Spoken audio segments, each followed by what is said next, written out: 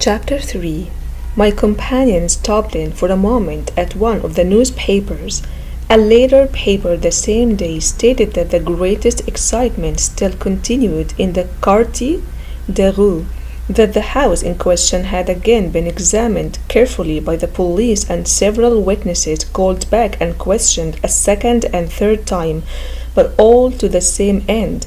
In conclusion, however, the newspaper stated that Lobo, the bank worker who had helped Madame L'Espanaye carry the money from the bank to her home, was being held by the police and was now in prison, though nothing beyond the facts already known had appeared to make the police feel that Lobo rather than someone else had murdered the old lady and her daughter. Dupin seemed very much interested in the day-to-day history of the case. At least so I judged from his manner, for at first he didn't speak to me about it. It was only after the newspaper stated that Lobo had been put in prison that he asked for my opinion about the murders. I could only agree with all Paris in considering them to be part of a very great mystery. I saw no means by which it would be possible to follow the course of any murderer in the case. We must not judge of the means, said Dupin, by this examination of the surface facts only. The Paris police, who are supposed to be very able men, are clever, but no more. There is no clear plan or method in what they do except the plan of the moment. They make a great show of means and method, but very often they are guided simply by their experiences of the past. When any completely new situation presents itself to them, they are lost. True, the results of their work are sometimes surprising, but for the most part such results are brought about by the most simple methods and by hard work. When something more is necessary, they are seldom successful. Vidocq, the head of the police, is a hard worker, and by a good fortune usually is able to find what he is looking for, but he has made many mistakes in the past by reason of the fact that he has little imagination and sees only the things that are directly in front of him. Too, he often looks at these things so closely that he loses sight of the matter as a whole. There is such a thing as being too deep in one's method of thinking. Truth doesn't always lie at the bottom of the well. In fact, I really believe that the important facts are just as often to be found on the surface.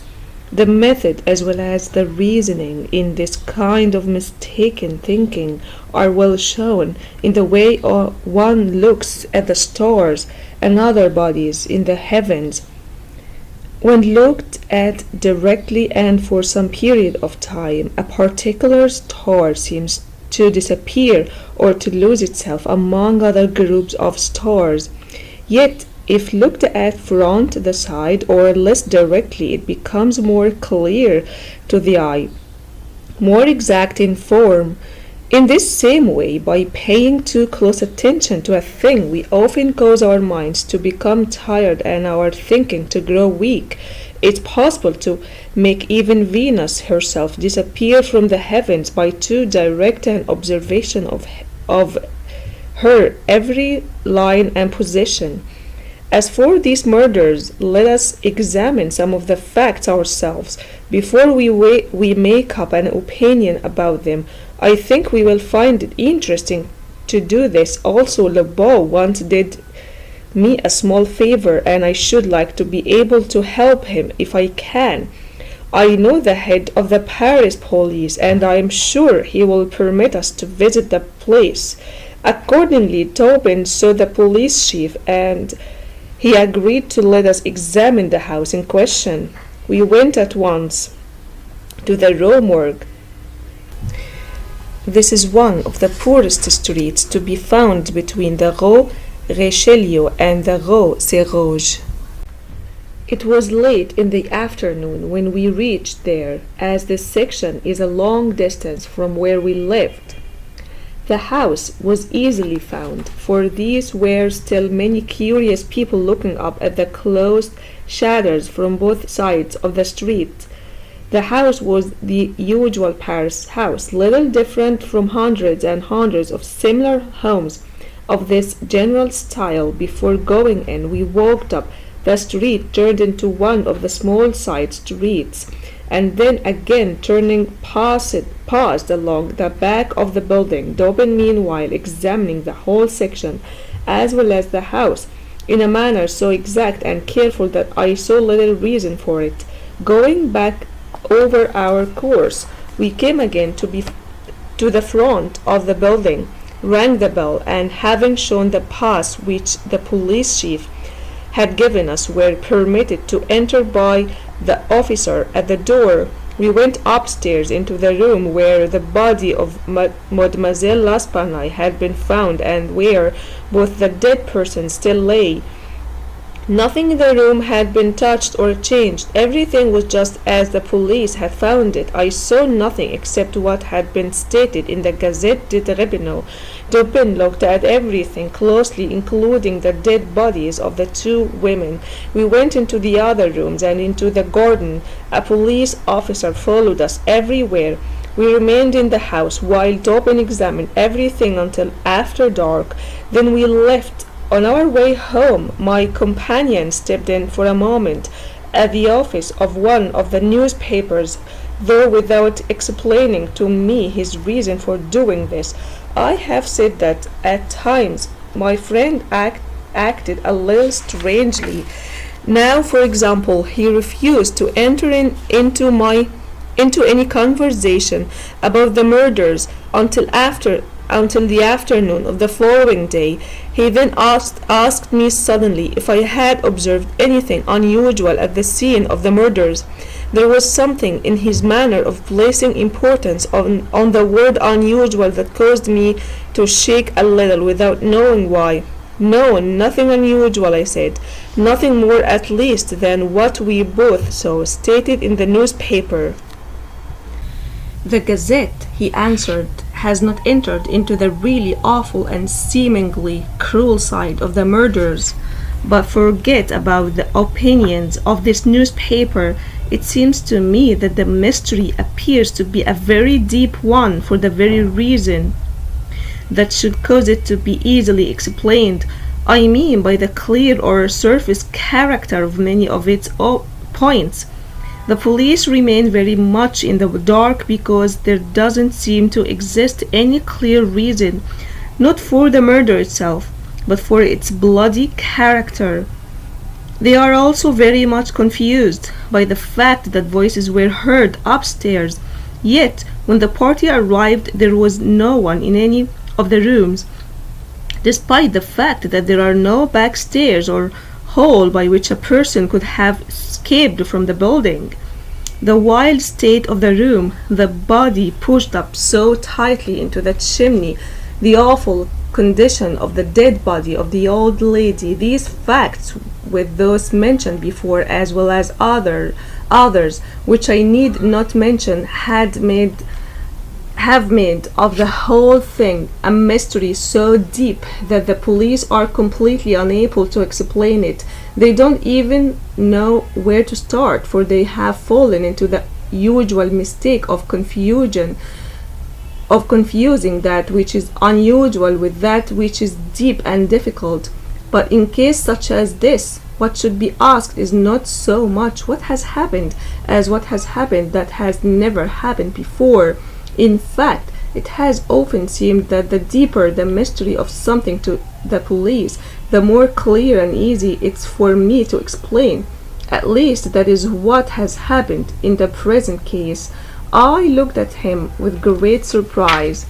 I am now waiting, he continued, looking toward the door, for a person who, while perhaps not the person who did the butchering of the two women, must in some way have played a part in it.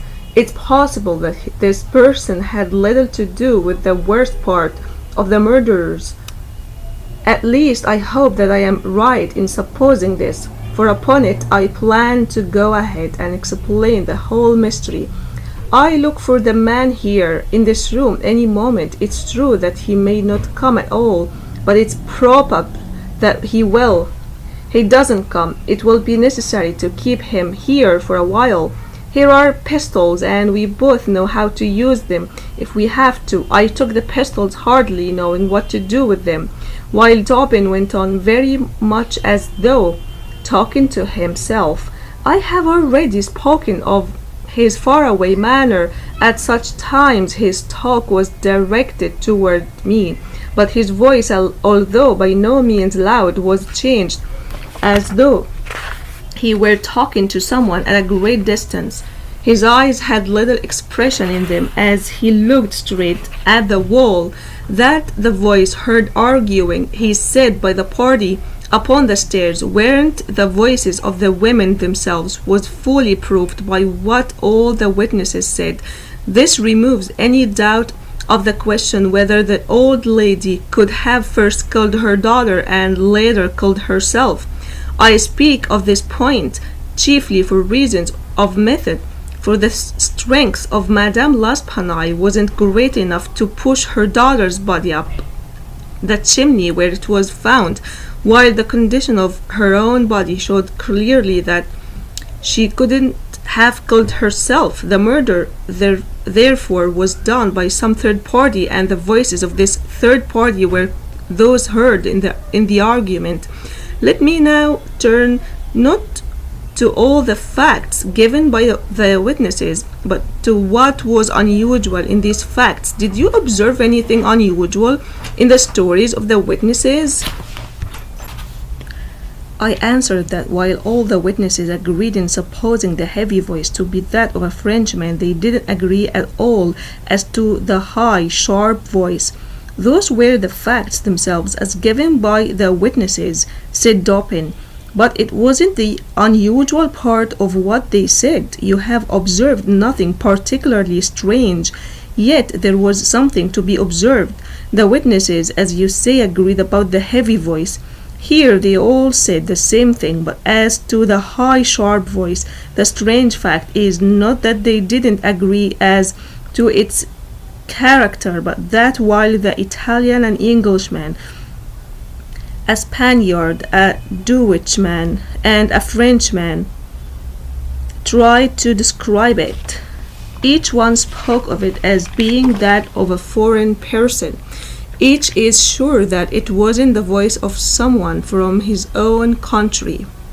Each described it not as the voice of a person from a country with whose language he is familiar, but just the opposite. The Frenchman supposed it to be the voice of a Spaniard and might have recognized some of the word if he had known Spanish. The Dutchman believes it to have been the voice of a Frenchman, but we find it stated that not speaking French, he was examined through another person knowing the Dutch language. The Englishman thinks it the voice of a German and doesn't understand German. The Spaniard is sure that it was that of an Englishman, but judges by the manner of speaking, since he doesn't understand the English language. The Italian believes it the voice of a Russian, but has never talked with anyone from Russia. A second Frenchman doesn't agree with the first, and it is sure that the voice was that of an Italian, but doesn't know the Italian language, and like the Spaniard judges by the manner of speaking. Now this voice just must surely have been very unusual if all of these people had such different ideas about it. Persons from 5 of the great language groups of Europe could recognize nothing familiar in it, nor understand any of the words spoken. You will say that it might have been the voice of someone from Asia or from Africa, but very few people from either of these places live here in Paris. I will also call your attention to 3 other points of importance in this connection. The voice was described by one witness as unpleasant not so much sharp as unpleasant. The witness also said the words were loud and quick. Another person mentioned the fact that the voice came quick and nervously. No words, no sound similar to words were recognized by any of the witnesses according to the stories which they told. I don't know, continued Dopin, what impression I may have made so far upon your understanding, but I can say very definitely that from what the various witnesses have said, it's very easy to arrive at certain facts which give direction to all the rest of one's thinking in the matter. I will not mention these facts at this point, but I will say that after considering them carefully, the conclusions to be reached are the only possible ones in these circumstances. Again, what these conclusions are, I will not say as yet. I simply want you to bear in mind that with yourself these ideas were strong enough even before we visited the rooms where Madame L'Espanaye and her daughter lay to give form to everything I did there, nor was it long before I knew that what I had suspected from the very beginning was right.